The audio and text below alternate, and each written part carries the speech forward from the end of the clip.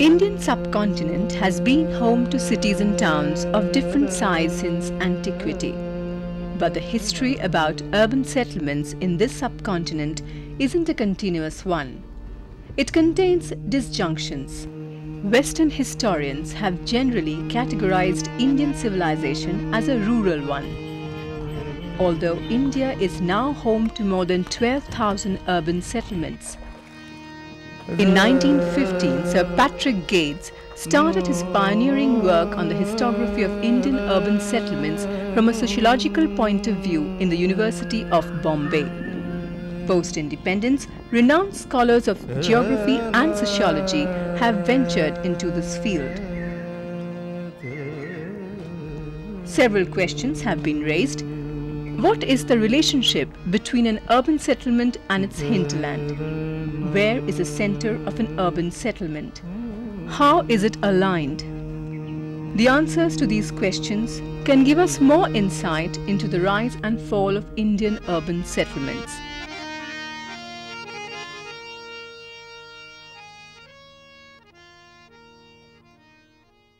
We have seen earlier that the morphology of the Indian city is to a great extent dependent on the fort and the river. And there were certain external and internal influences which changed the morphology to a great extent, depending on the size of the city and so on and so forth.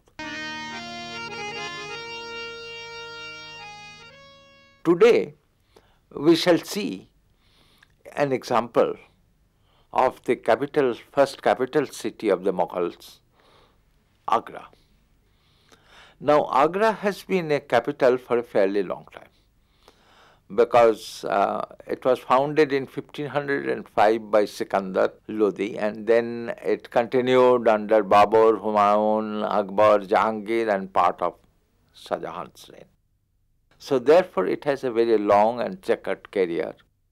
It is well documented in the sense that most of the European travelers of the period of late 16th to 17th century had been there and had described it fully.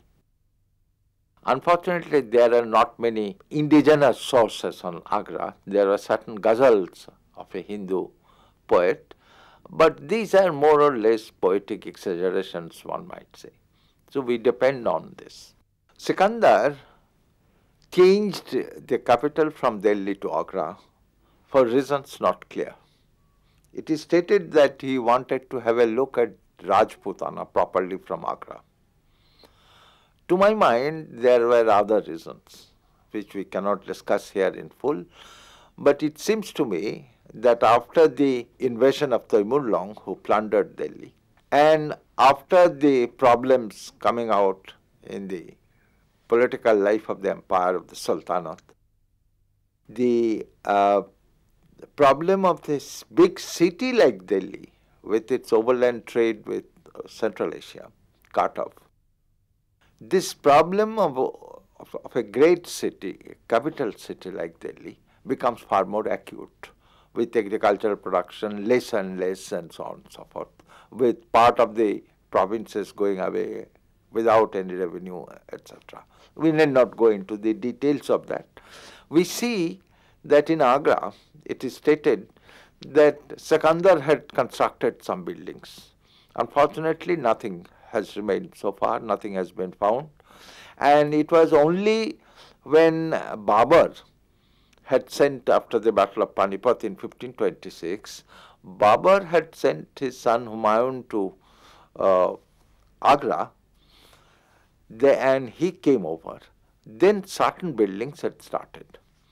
One of the most important buildings was not at Agra itself, but on the opposite bank in Sikandra, where he had built an underground palace and a very beautiful garden called Shaharbagh.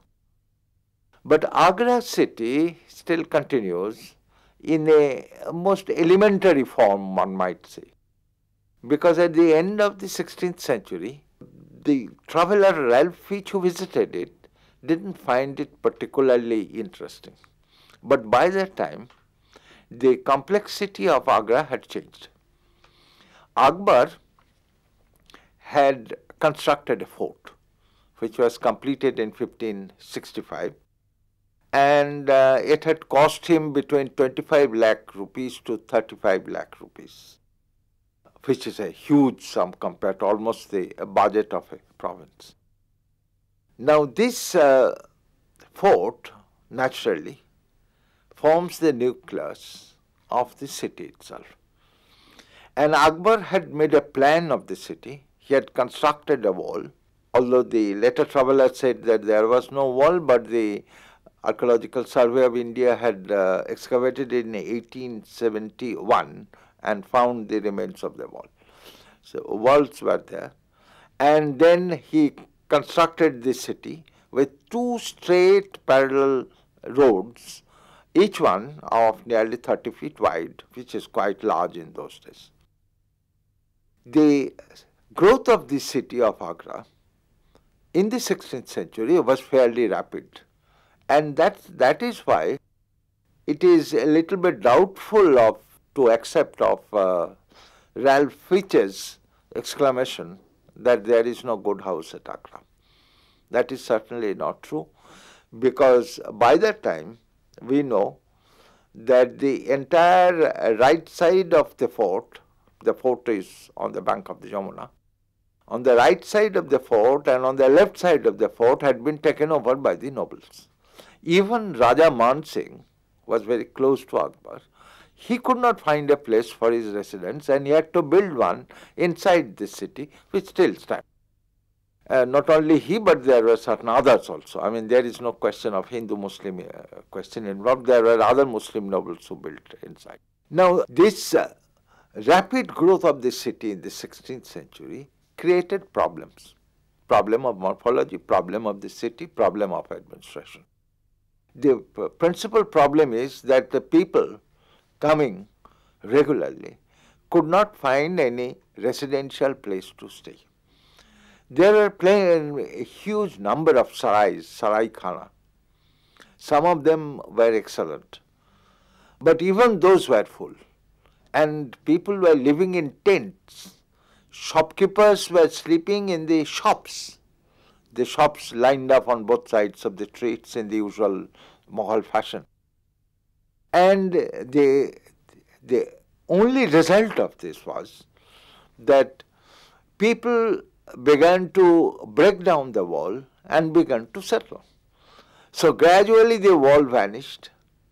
Gradually the plan that Akbar had made, that disappeared.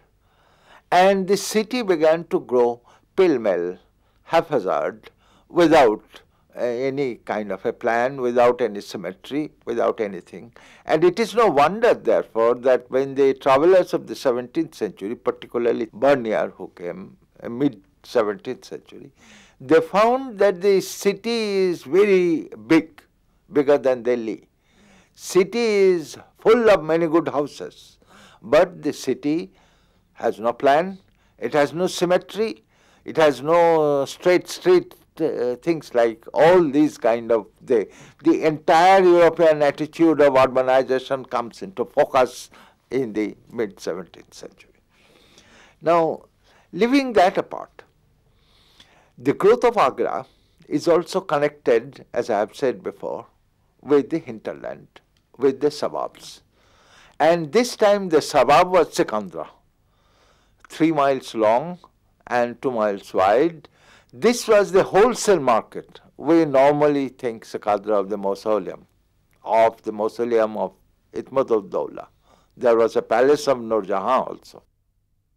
The underground palace of Babur, which has been excavated recently by the Archaeological Survey of India. At Sikandra, there was the principal wholesale depot of corn and other provisions which used to come from outside. Then these are carried by retail dealers inside the city into various markets. This was the model that was followed also in Delhi later on, as we shall see. But Sikandra is therefore and forms an integral part of the morphology because it depends on the kind of goods which are coming. The rice, for example, is going to a different place in Agra rather than corn or vegetables and so on and so forth. The territorial area, if we call it, has been differently given by the contemporary writers.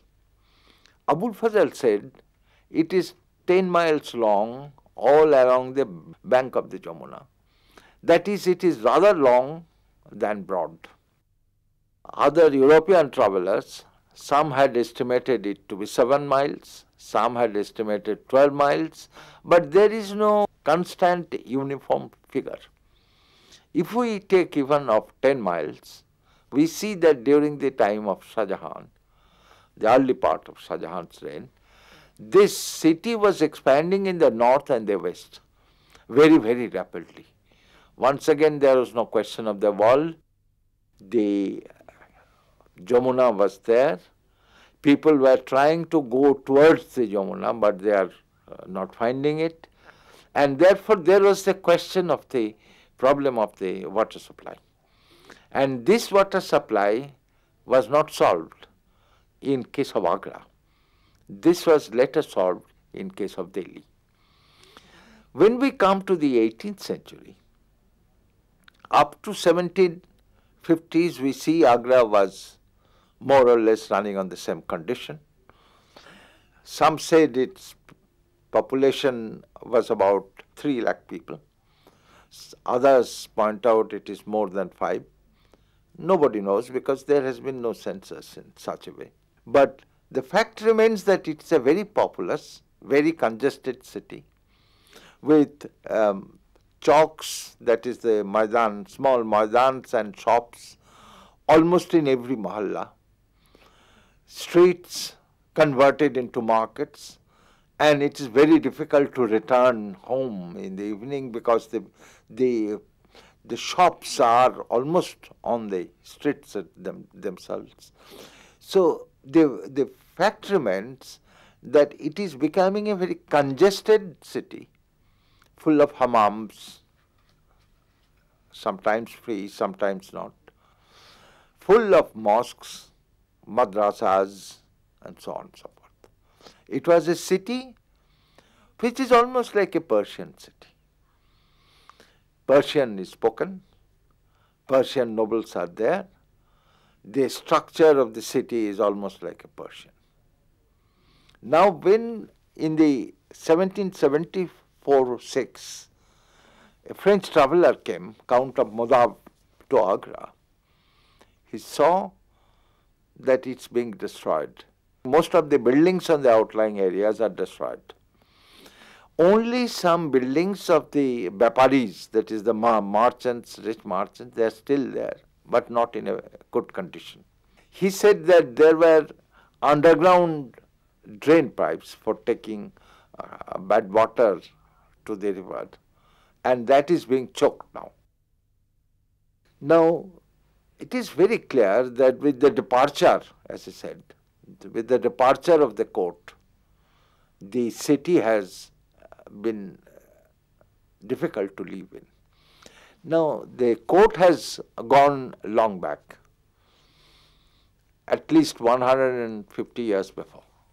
So, therefore, the departure of the court cannot be the reason of the destruction of the city. It lies elsewhere. There are political and other reasons with which we do not go.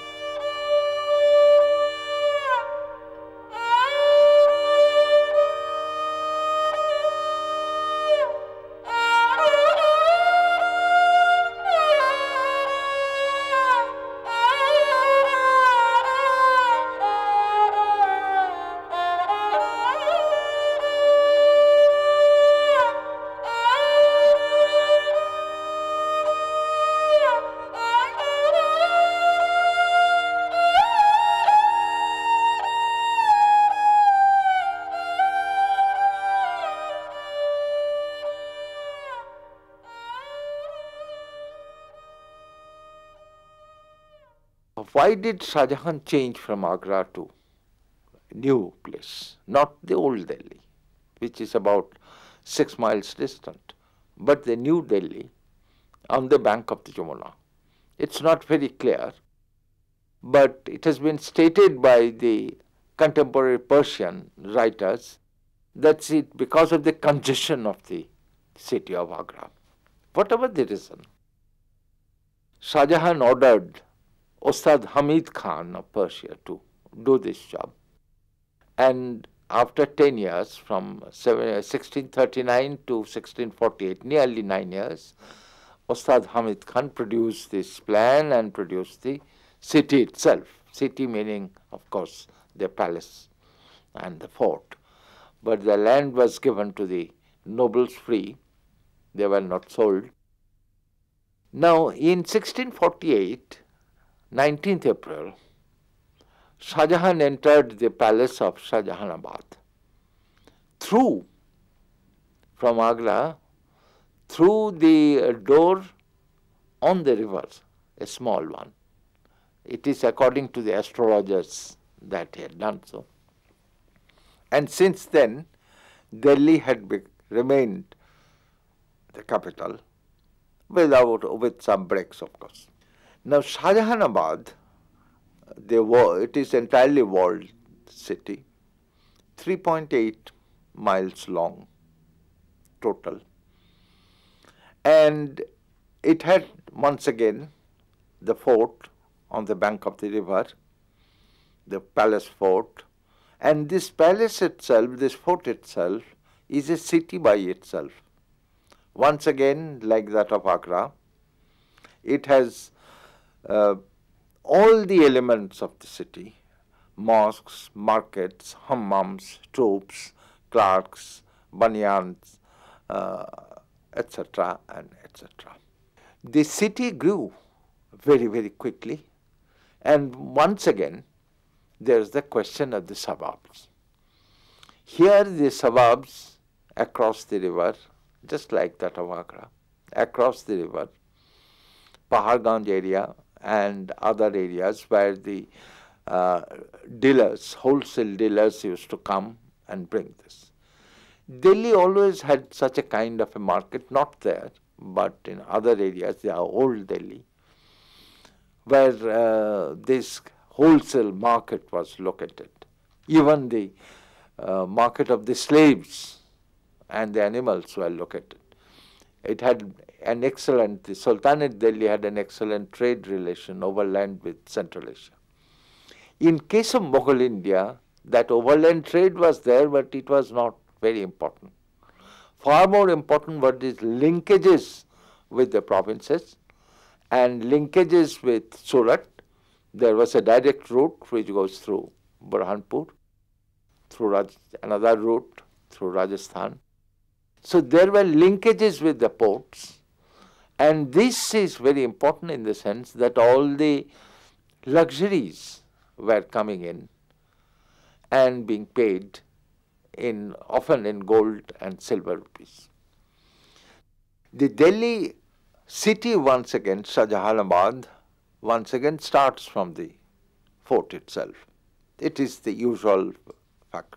There were 3 main parallel streets. But what is important and what makes it different from that of Agra or Lahore is that this was a planned city, number 1, and this was done on the basis of a Hindu town planning system as well as with the Iranian system. This is what is known as the string of a bow system, along with the hand of the bowman in it.